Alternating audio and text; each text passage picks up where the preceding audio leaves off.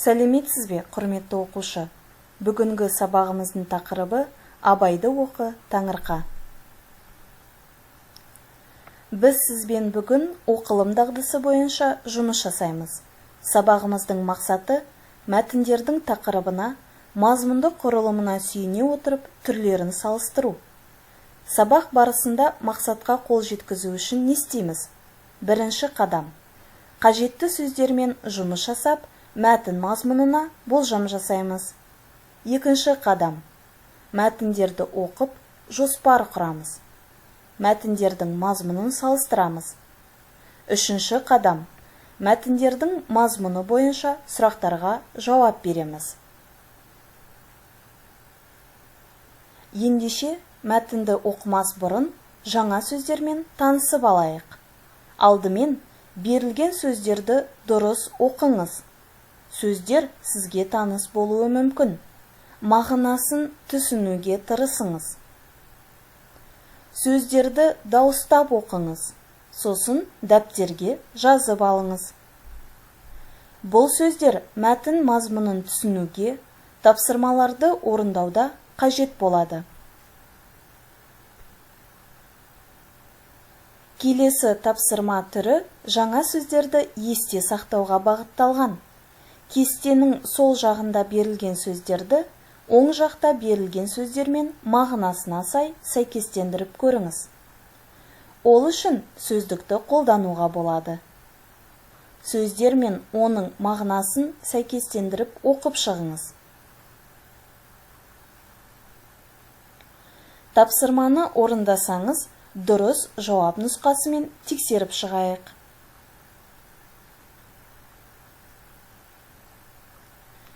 Сөздердің мағынасына тағы бір рет назар аударып, есіңізде сақтап алыңыз.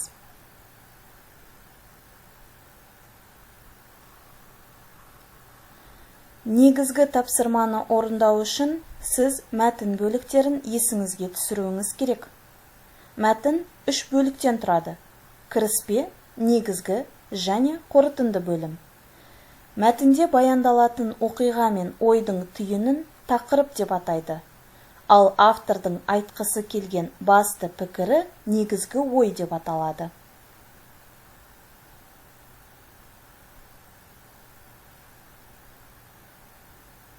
Құрметті оқушы, сізге ұсынылып отырған мәтін үзіндісі мен тапсырмалар үлгі екенін есіңізге саламын.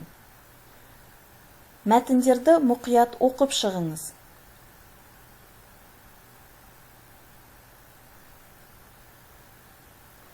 Мәтіндерді оқып болсаңыз, мәтіндердің негізгі ойы мен тақырыптарын анықтаңыз.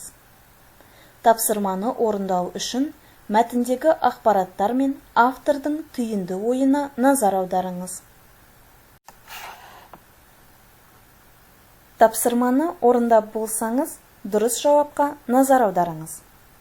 Бірінші мәтін тақырыбы ата-аналардың балаларын білім жолына бағыттауы, ал екінші мәтін тақырыбы адам баласы өзі ізденіп, басқа адамдардан білім үйренуі керек.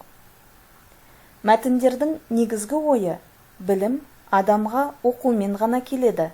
Адам бірден білімді болып туылмайды.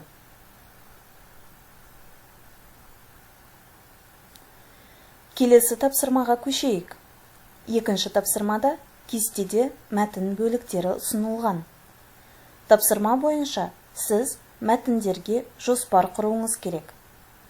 Тапсырманы орындау үшін мәтін құрылымына назар аударыңыз. Олай болса, тапсырманы орындап көріңіз.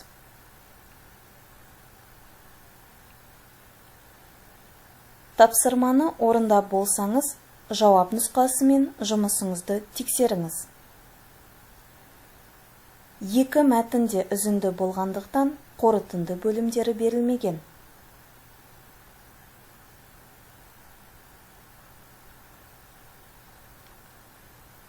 Үшінші тапсырмада сіз мәтіндердің түрлері мен жанрларын салыстыруыңыз керек. Мәтіндердің қандай түрлері болады? Есімізге түсіріп көрейік. Мәтіннің 3 түрі болады.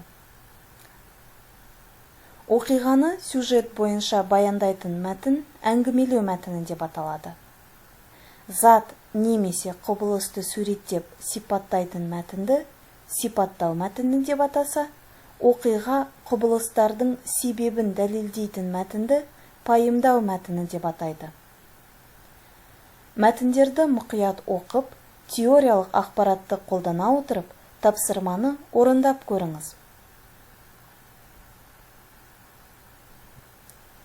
Енді жұмысыңызды дұрыс жауап нұсқасымен тексеріп көріңіз.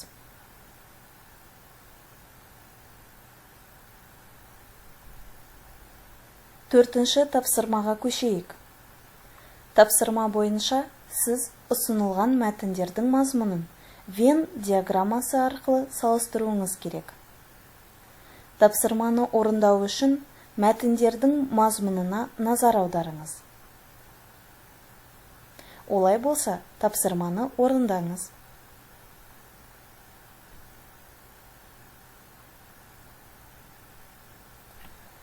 Тапсырманы орындап болған болсаңыз, жұмысыңызды тексеріп көрейік.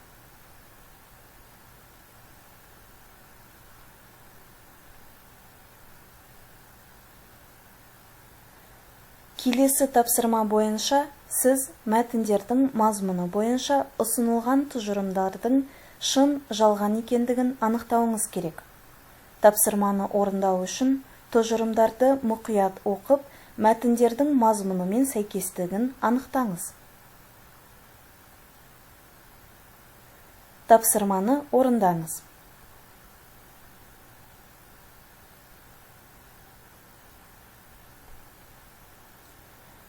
Жұмысыңызды жауап парағымен тексеріп шығыңыз. Бірінші ақпарат жалған, екінші және үшінші ақпарат шын.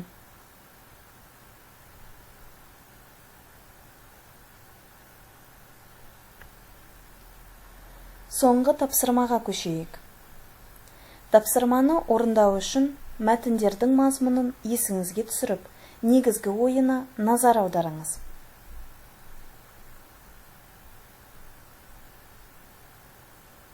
Тапсырманы орындап болсаңыз, ықтимал жауаппен танысыңыз.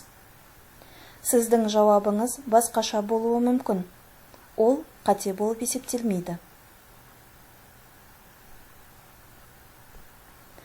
Жарайсыз балақай, сіз тапсырманың барлығын тамаша орындадыңыз. Сізге көп рахмет.